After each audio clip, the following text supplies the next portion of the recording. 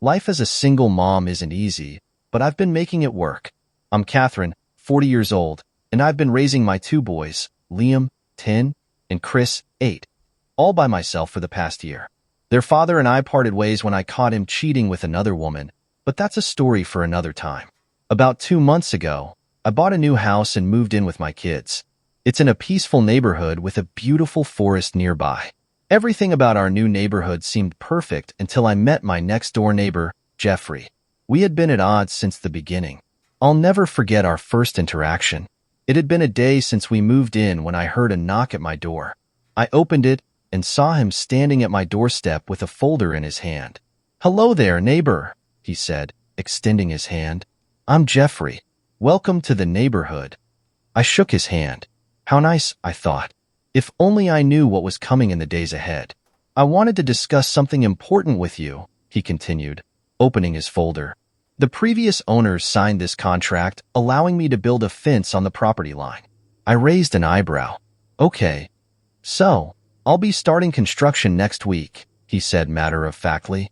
I was stunned. "Excuse me? You're not even asking for my permission?" "Well, I have the contract right here." "That contract was with the previous owners," I interrupted. "I'm the owner now, and I don't want a fence blocking my view and sunlight." His face turned red. "But I need this fence for privacy," he yelled. "I've been planning this for months. Why should I care about what the former owner said?" I asked, but I never got a straight answer. Jeffrey stomped out of my house. Since that day, he's been arguing with me almost every week about this fence. Apparently, he wants to host fancy garden parties without his guests seeing into my yard. Well, excuse me for existing. I couldn't let him build that fence. I didn't buy this house to stare at wooden planks instead of the beautiful sky and trees. Little did I know, things were about to get much worse. A few weeks ago, I decided to take my boys on a much-needed vacation. Liam and Chris were bouncing off the walls with excitement. "Mom, can we go to the beach?" Liam asked. Chris chimed in, "Yeah, and can we build a huge sandcastle?" "Of course, boys," I said as I hugged them. "We'll do all that and more." We left for a week, looking forward to sun, sand, and relaxation. If only I'd known what was waiting for us when we got back. As we pulled into our driveway, I noticed something odd. My heart sank as I realized what had happened. "Boys, stay in the car for a minute," I said as I got out. My blood boiled with each step I took toward our house. As I peeked to the right, I realized what had happened. There, right in front of our windows, stood a tall wooden fence. On our property, 1 foot from my windows. "What the hell?" I shouted, not caring who heard me. Liam and Chris came running up behind me.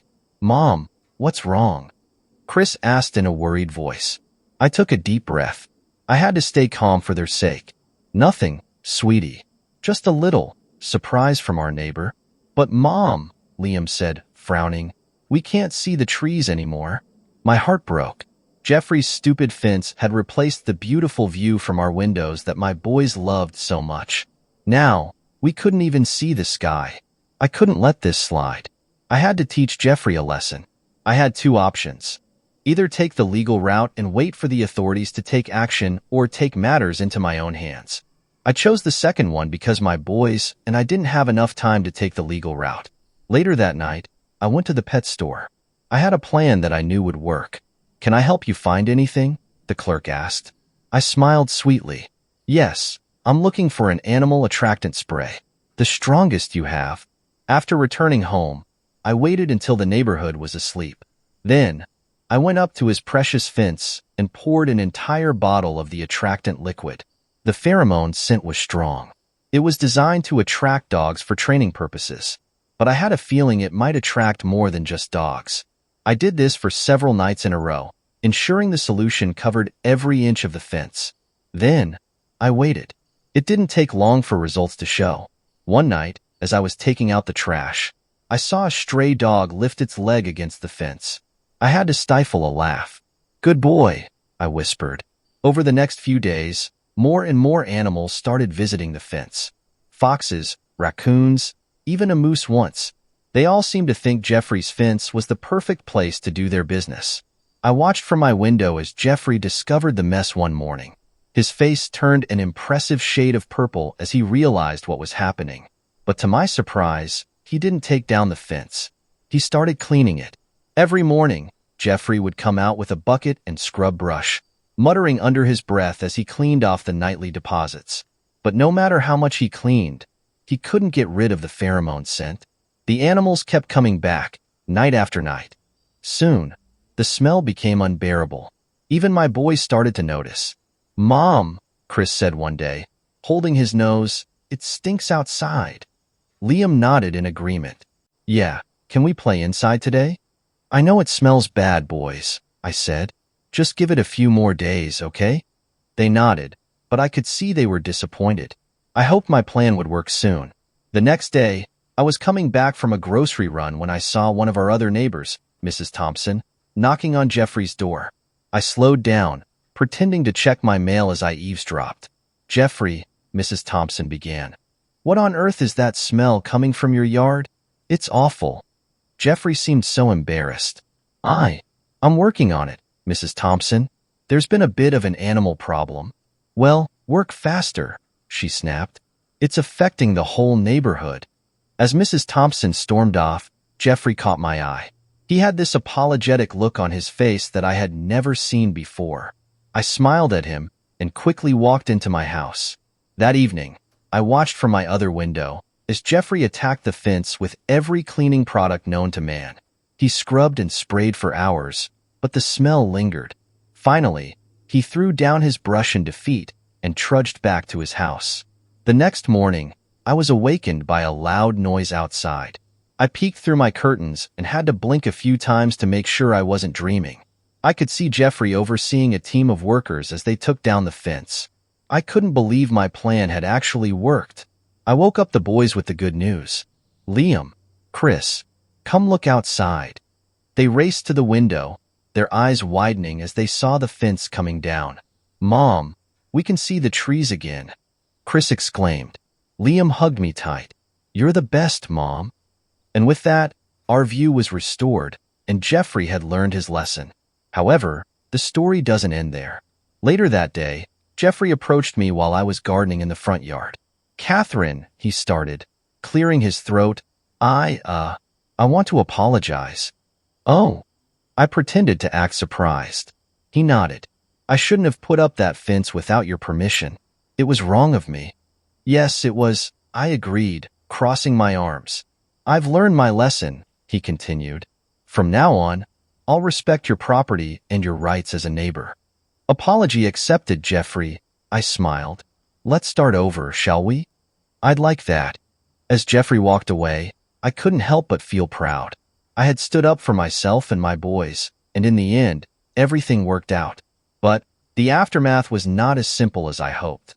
A few days later, I started noticing the smell of the attractant spray lingering around our property. It seemed to have soaked into the ground, and I could see some of the same animals sniffing around my yard now. The plan had worked too well, and it was becoming our problem too. One evening, as I sat on the porch watching my boys play, I realized the situation needed a different solution. I couldn't let this get out of hand and ruin our new home experience. I decided to call in a professional pest control service to help eliminate the scent and keep the animals away from our yard. The pest control team arrived promptly the next day and went to work neutralizing the attractant. It took several treatments, but eventually, the smell diminished and the number of animal visitors decreased. It was a relief, but it was also an unexpected expense that I had to bear. Despite this setback, I still felt victorious. Jeffrey had learned not to mess with us, and our neighborhood dynamic had changed for the better. The tension between us eased, and Jeffrey and I started exchanging polite nods and greetings. It wasn't a friendship, but it was a truce. One sunny afternoon, as I was watering my garden, Jeffrey walked over with a small potted plant. "For you," he said, handing it to me. "A peace offering." "Thank you, Jeffrey," I replied, genuinely touched. "It's beautiful." As I placed the plant on my porch, I realized that sometimes conflicts with neighbors could lead to unexpected resolutions and even small gestures of goodwill. Life as a single mom was still challenging, but moments like these made me feel stronger and more capable.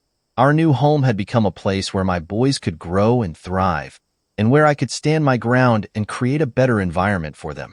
Every day brought new challenges, but with each one, I learned and adapted.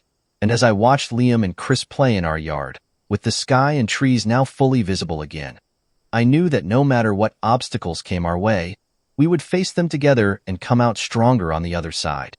The fence incident was just one chapter in our journey, a testament to resilience and the power of standing up for what's right.